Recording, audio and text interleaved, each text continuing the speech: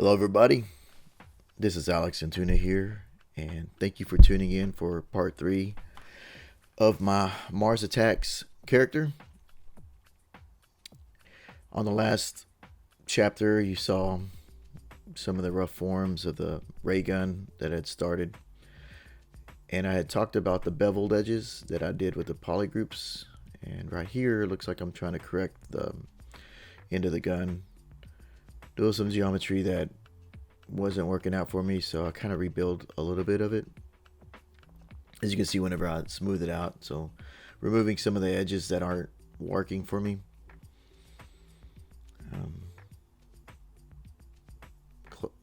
Cap the hole and then just pretty much cut it back inside is what it looks like I'm doing. Kind of go a little back and forth, and a clean cut now is where I want to be. Some of the outer edges, they still have the bevel to them. I don't remember if I correct them or not. Again, this is a sped up version of the video and a play-by-play, more or less.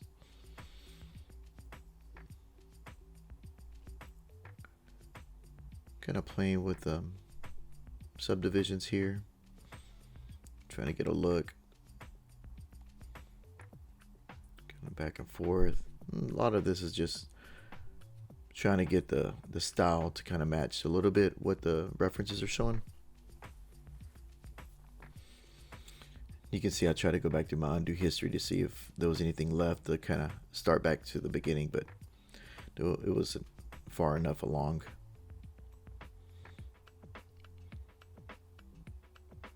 A lot of this is just back and forth, getting the feel for the shape, the model. Starting to clean up some of the edges, going back to what it originally was.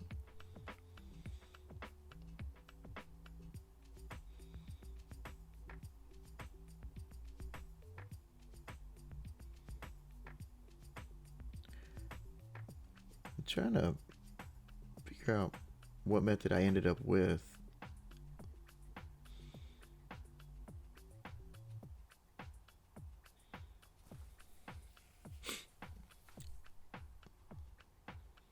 A lot of times whenever you start a model,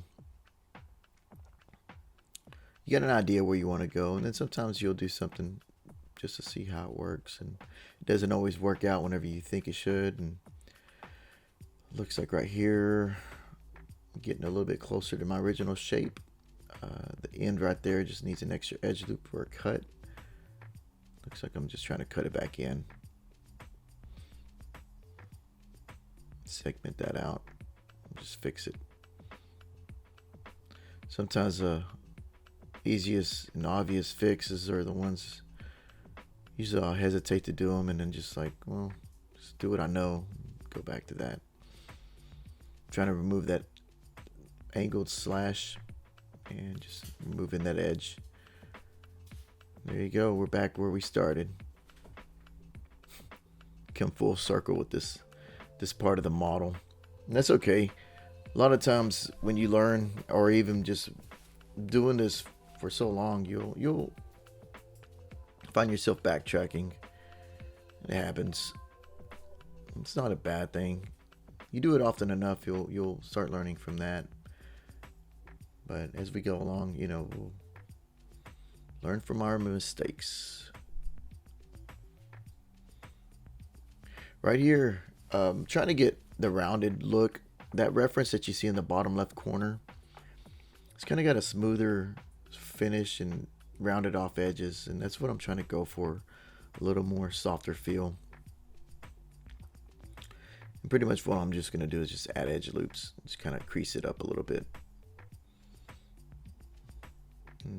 Probably have to turn on active symmetry to get both ends.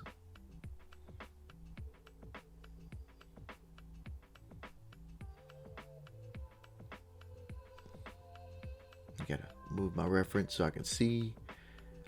And here we go.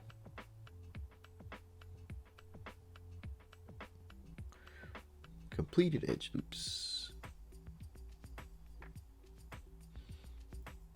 Just did a mirrored weld on both axes right there. Sometimes I'll do the crease like I said in the other video. And sometimes I'll just add extra edge loops just to kind of get a little more control of what I want to see in a model. You can see right here that I just put extra edge loops and then just shift them back and forth. And that kind of gives you a little bit more control over your model.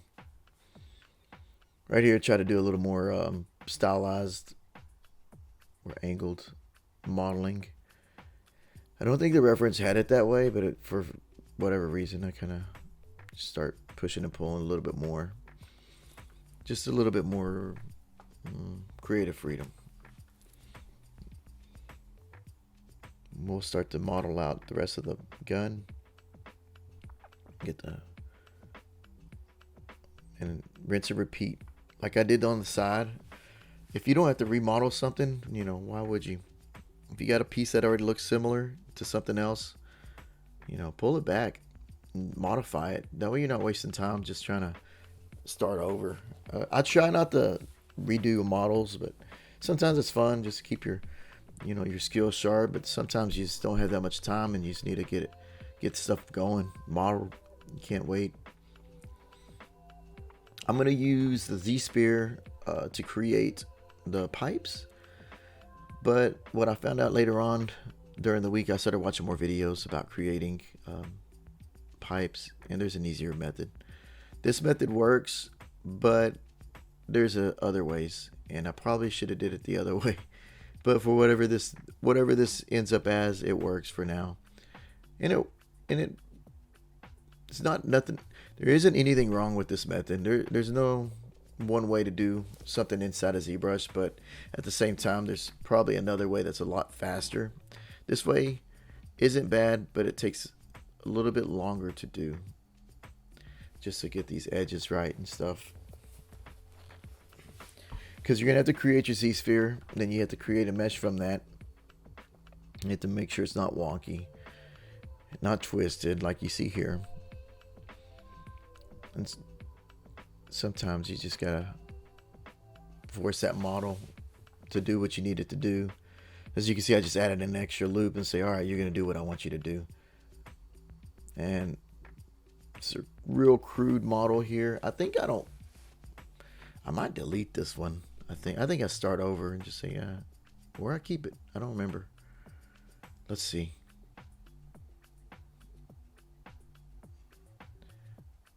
So as you can see, you can get fairly quick kind of tubes going, but at the same time, it's not what I was looking for.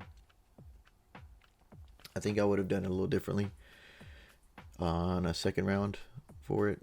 But again, this is what these models are good for sometimes, just whenever you get to the basics. And given that ZBrush started out as a sculpting program and now it's kind of more well-rounded with more poly modeling, still learning techniques. That's where I'm at. I'm still learning methods of how to do something inside of ZBrush and getting results. And this right here seems to work for now. I think I'll leave it. It's kind of a playful little piece. And the reference looks kind of like that too. It doesn't look too defined.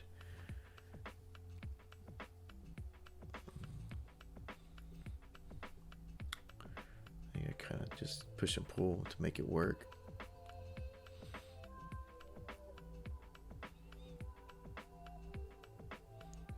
Just kind of putting things in where they should go. Trying to clean it up a little bit. Scaling. Looking at the reference. Looking at the model. There. Clean it up. And from a distance, you can't tell. Looking at it. But I know. Let's see. You can just button it up a little bit. I don't know what I do here. I guess I add some of those little segments to make it a little unique.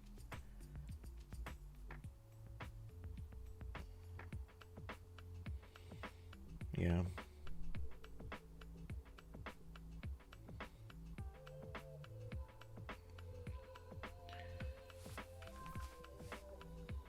if I stick with this. We'll see. Let's see what happens.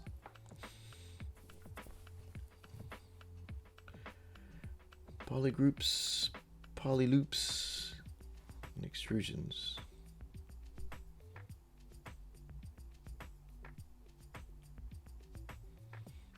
I'm fighting the model. You can see what's going on here. I'm fighting it a little bit. Kind of wrestling with it, making it what I want it to do.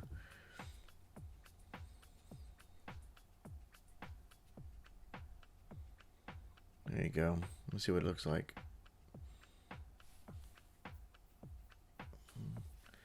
A little distortion.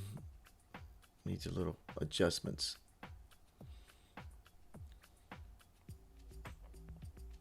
It's alright, we can just pick it up and move it. So I think we try that again. Try to even out the edges.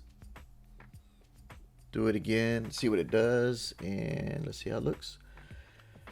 It looks like a little piece, little alien piece. It seems to work for this segment. Ooh. I was trying to get a little more edges inside of there, but I don't think I went that route. Here we go with the bevel.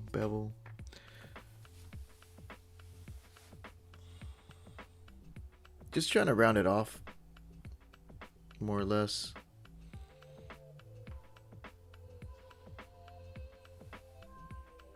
I'm still fighting the model, trying to make it work. And that happens. Trying to find a different technique. Just going for the chokehold. It doesn't work. I'm sliding the edges, just trying to even it out, make it a little more softer. That's the cool thing about this is that nothing's permanent. You could always fix anything that's in here. And now you got a little Willy Wonka kind of edge. It's kind of a playful looking model. It's not exactly perfect. Kind of rough around the edges.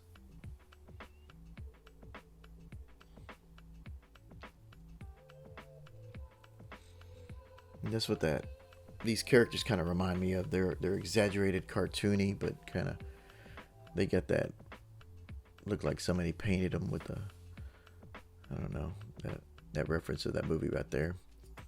So like somebody hand painted some of the stuff.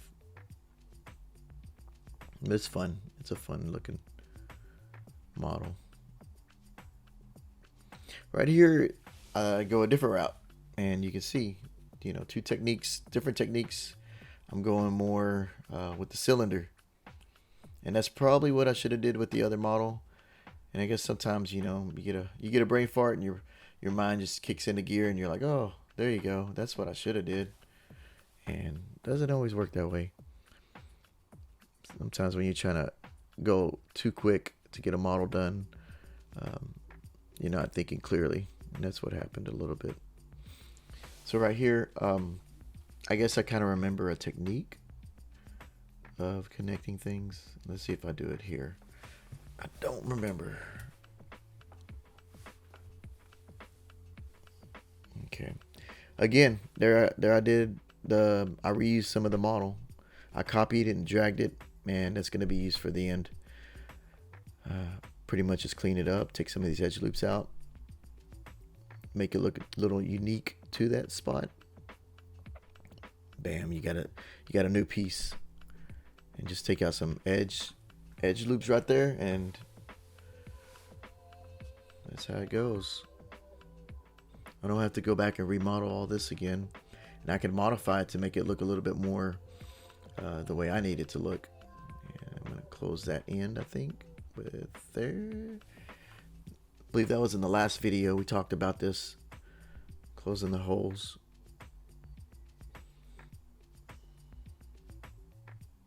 There you go. We reused the part of the model to not have to fully create a cylinder and go back in and try to make something that's halfway done. And it keeps the consistency of what that model is with the other parts too. Sometimes like things like this seem to work really well, and the things like that pipe didn't work so well. I should have stopped to think about it and kind of work my way through it a little differently. But I think as I was doing, I was just trying to get it done. That's okay though. We learn as we go. As every day, learn something new. And just putting some edge loops, cleaning up the edges. As you can see here, kind of matching what the references are. Pushing and pulling. And that's where putting that crease inside of your segments to crease it. You can push it and pull it back and forth or slide it along the edge. It seems to work. And you can see I'm blocking out the model as I go. I'm not focused on one area as much. Unless I get stuck, then it feels like you're stuck in the mud forever trying to get out of there.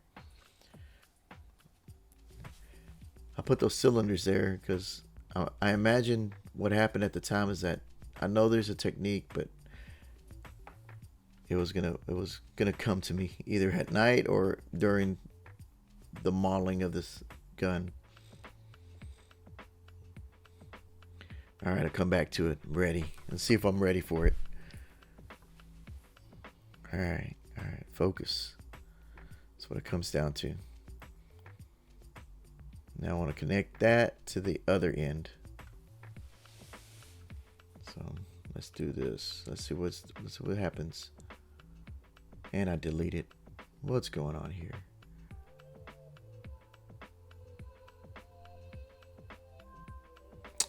Oh, no. So I go back to this technique. You know what happened? I knew there was a way, and I froze. I backed out. I don't know. The subconscious mind didn't have enough power to make me do what I should have done. I should have kept those cylinders and then connected those with the interactive curve, and it would have done it perfectly. I do it the next day, I believe, and I'm just like, well, shit. I should have just kept that route. But for some reason, I was more in a hurry to get it done, and I go this route. And I do believe I probably fix it from this model. Hard to say. But here we are. We went back to Z-spheres. Nothing wrong with Z-spheres. It's just a little bit longer method and a process. The other way would have worked perfectly fine. And I probably looked up the technique or looked online and got a little better understanding. But now that I know that, it's in my arsenal. You probably won't see me do this technique again unless I just forget. But from here on out, I'll probably do the other way. And I hope I show it because that way it kind of gives you an idea of other methods.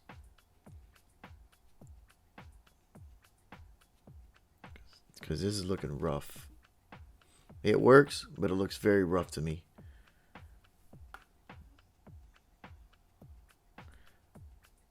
Because really what you want to do, you want to make the software work for you. Don't let the software tell you what to do. And it's just down to technique.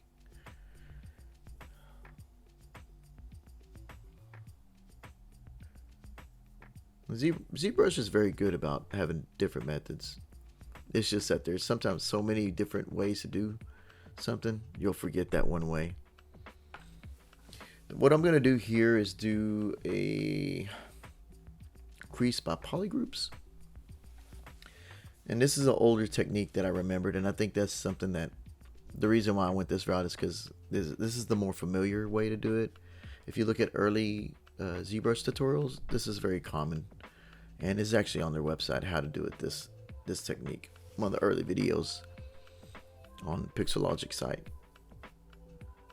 So what happens is you'll do two different polygroups, and those polygroups you'll do the crease by polygroups, and you can use that to create a shape along it, almost like what do you call it. In another program, you probably call it like a loft or sweep if you're using 3D Max along a spline. And this works, but at the same time, it's still a longer process than what if I would have just stuck with those cylinders and gone with 2 more extra clicks, and I would have been done. But that's okay. You live and you learn.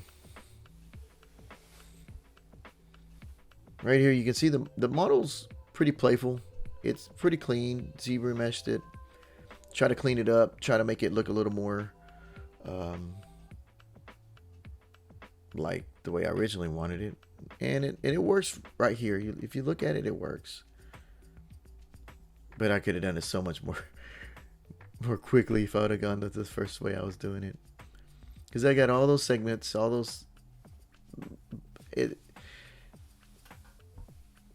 Yeah, I'll need to pull up a video later on and show that technique if I don't show it in this video.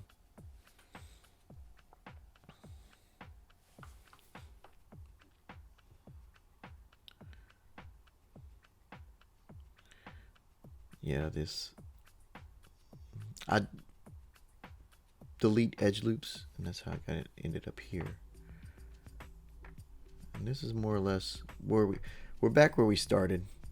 You got the cylinders that I started with, and yeah, we made full circle again. My arch nemesis, the cylinders, or the edge cylinder smoothing and stuff. But we're getting to the end of this video. I'm gonna go ahead and wrap it up for now. The next video should be pretty much texturing and putting poly paint and a little more details back into this model. I appreciate you watching. I hope you learned something. Hopefully the next video or another video I can show you that technique with the cylinders. But thanks again.